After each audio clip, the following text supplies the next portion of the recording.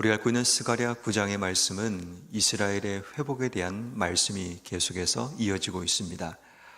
어제 읽은 말씀에 이어서 오늘 말씀도 하나님께서 이스라엘을 회복하시겠다는 그 회복의 말씀을 우리에게 주고 계십니다.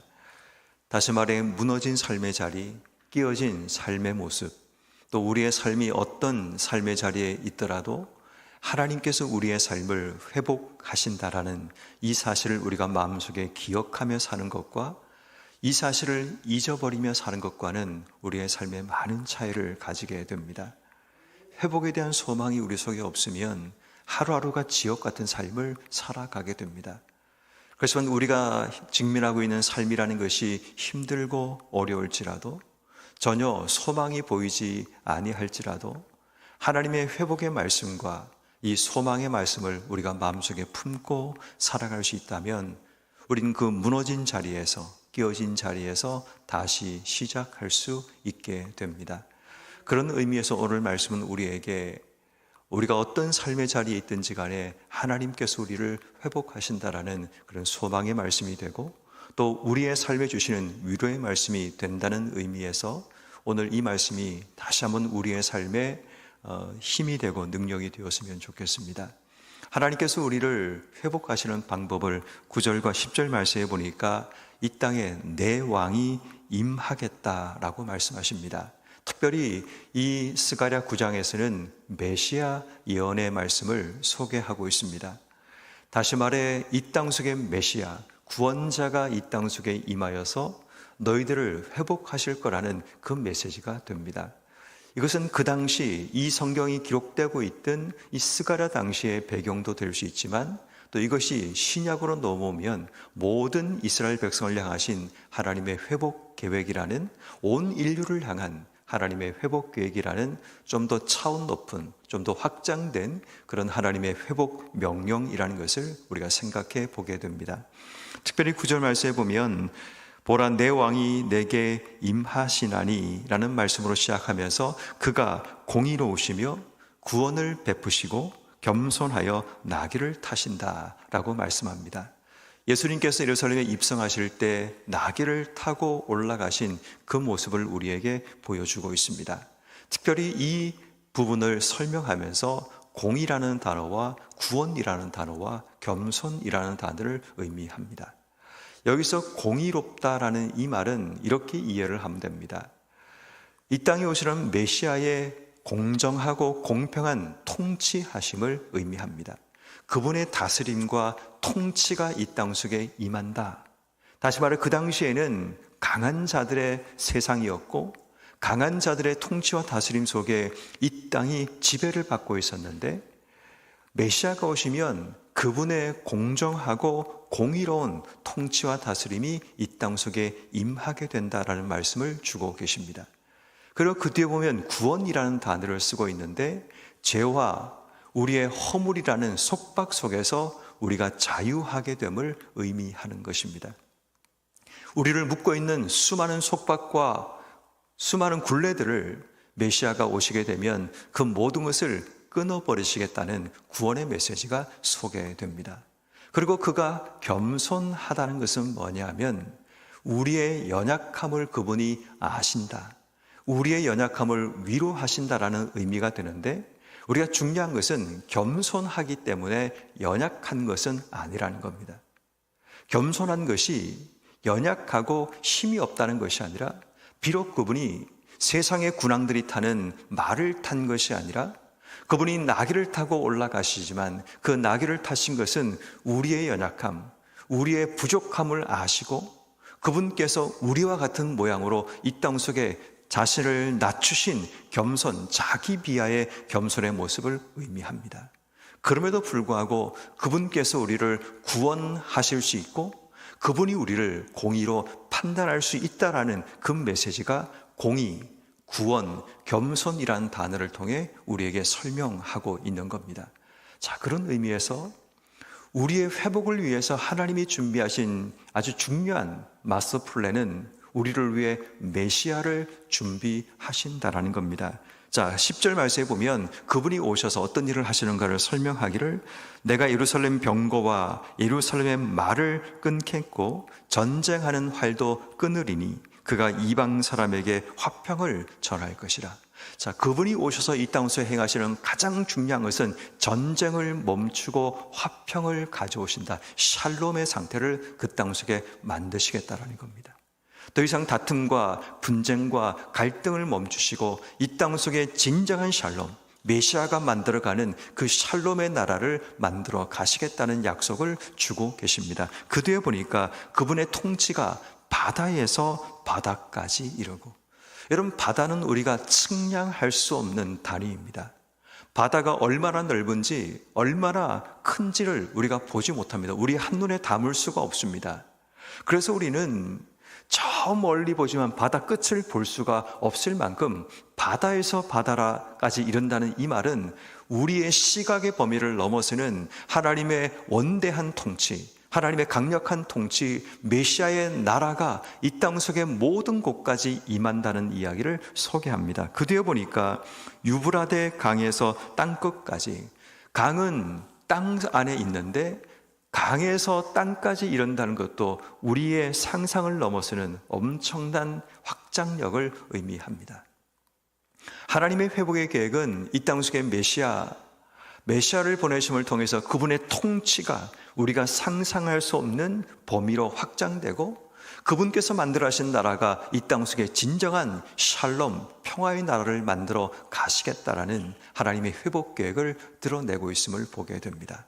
자, 이것으로 끝난 것이 아니라 10절, 11절 말씀 이하에는 하나님께서 이제 이 회복을 위해서 직접 일하시는 모습을 소개하고 있는데, 특히 우리가 주목해야 될 게 뭐냐면 11절에 내가 내 갇힌 자들을 물 없는 구덩이에서 놓았다라고 얘기합니다. 여기서 갇힌 자라는 단어, 그 다음 절에 보아도 12절 갇혀 있으나, 우리의 삶의 현실은 갇혀 있는 것처럼 묶여 있는 삶의 모습입니다.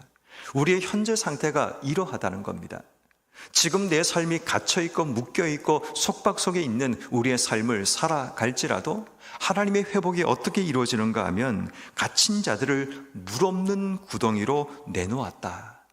이 말은 하나님의 구원이 일어났음을 이야기합니다. 특별히 물 없는 구덩이라는 것은 이스라엘 백성들에게는 두 가지 의미가 될 수 있습니다. 하나는 출애굽을 하나님이 이루신 애굽에서 이스라엘 백성들을 건져내신 출애굽의 사건이라, 바벨론 포로로 있던 이스라엘 백성들을 하나님께서 포로 귀환하게 하신 바로 그 두 가지 사건을 그들로 하여금 상기시키는 내용입니다. 물 없는 구덩이로 이끌어냈다는 것은 하나님의 구원을 의미합니다.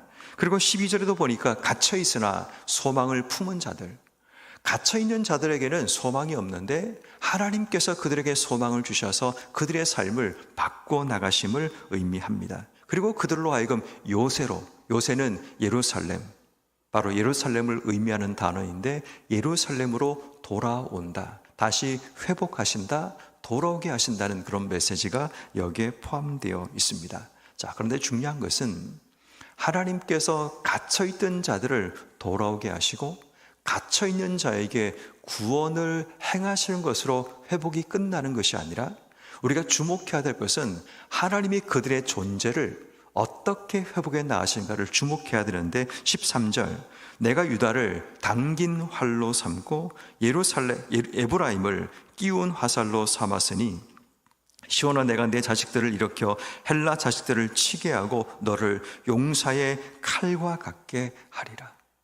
조금 전까지 갇혀있던 자, 어떻게 보면 무기력한 자들을 하나님께서 화살과 활로 삼으심을 통해서 그들을 용사의 칼로 삼으시겠다는 존재의 변화를 하나님께서 말씀하십니다.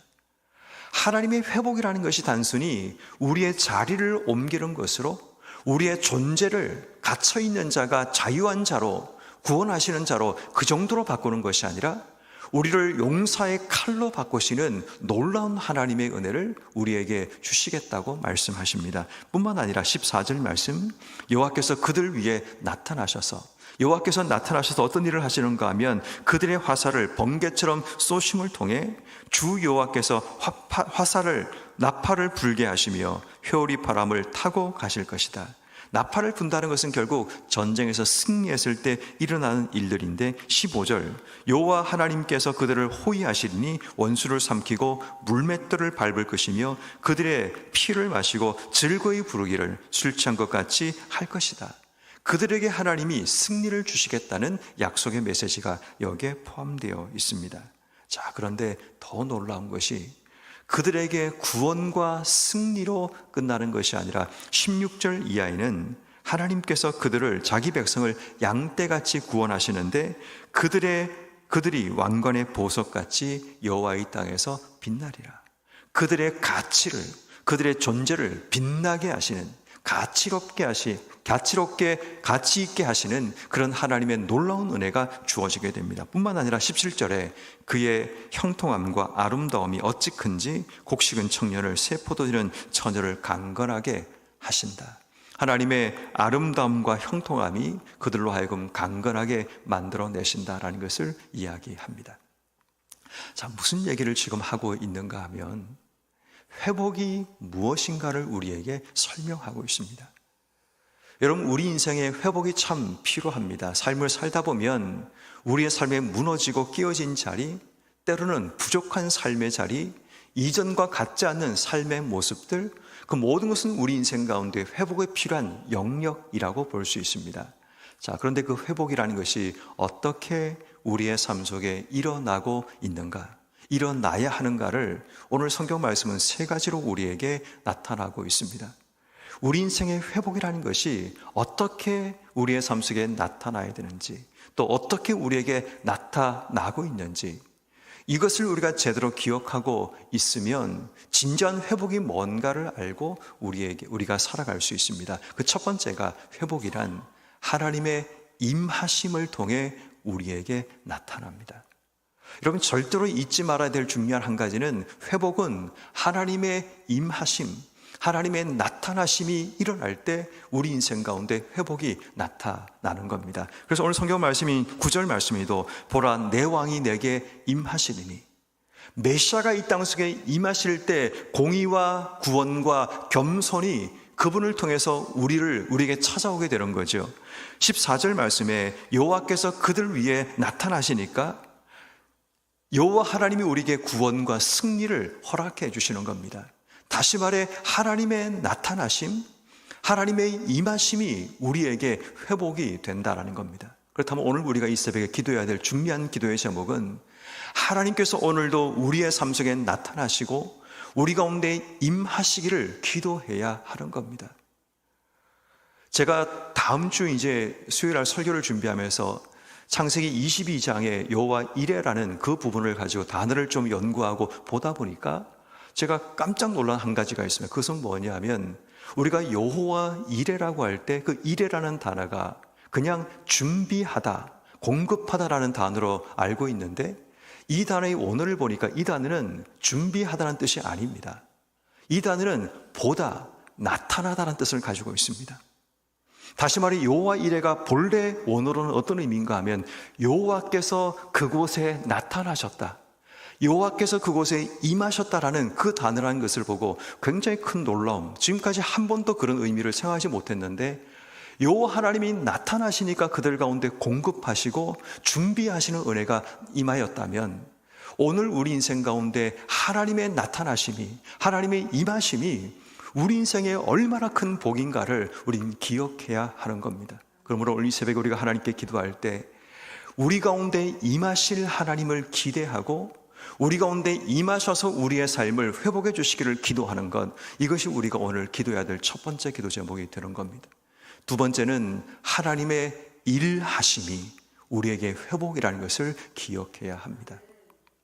하나님의 일하심이 우리 인생의 회복입니다.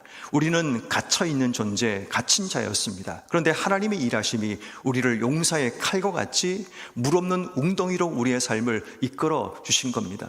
쓸모없는 우리를 활과 화살로 사용하셔서 우리를 통해 일하시는 그 하나님의 역사가 일어나게 된 겁니다. 그렇게 여러분, 회복은 하나님이 나를 통해 다시 일하실 때 우리의 삶 속에 회복의 역사가 일어날 수 있다면 우리의 두 번째 기도 제목은 하나님 나를 통해 일하시기를, 부족한 나를 화살로 삼으셔서 하나님께서 원하시는 그 관역을 향해 이 땅 속에 쏘아주시기를 기도하는 것. 비록 나는 여전히 부족하고 연약하지만 내가 하나님께 쓰임받고 하나님의 일하심의 도구로 쓰임받는 우리의 존재가 되게 해주시기를 기도하는 것. 이것이 우리가 오늘 기도해야 될 두 번째 회복의 메시지가 됩니다. 마지막 세 번째 우리가 기도해야 될 회복은 하나님의 은혜가 내 삶을 다스리는 겁니다. 하나님 은혜가 우리 삶 속에 임하게 되면 어떤 일이 벌어진가를 보니까 빛난 왕관처럼 우리를 빛나게 하시고 하나님의 아름다움과 또 하나님의 형통함이 우리의 삶을 덮는 그런 삶이 되어 우리가 강건한 회복의 은혜를 경험하게 됩니다. 그러므로 오늘 우리의 기도 제목 세 번째는 하나님의 은혜가 오늘도 내 삶을 스며들고 그 하나님의 은혜로 내 삶을 살아가는 우리가 되어 하나님의 아름다움과 또 하나님의 형통함과 또 하나님께서 우리를 빛나게 하시는 그 놀라운 은혜가 우리의 삶을 강건하게 해주시기를 기도하는 것, 이것이 오늘 우리가 기도해야 될 회복의 세 번째가 됩니다. 하나님은 우리에게 회복을 말씀하십니다. 그렇게 우리는 오늘 아무리 우리의 삶이 무너지고 깨어진 삶의 현장을 살아가고 있을지라도 우리가 하나님께 기도할 세 가지, 하나님의 임하심과 하나님의 일하심과 하나님의 은혜가 오늘도 내 삶을 채워주기를 기도하는 여러분 한 분 한 분 되기를 주님의 이름으로 축원합니다.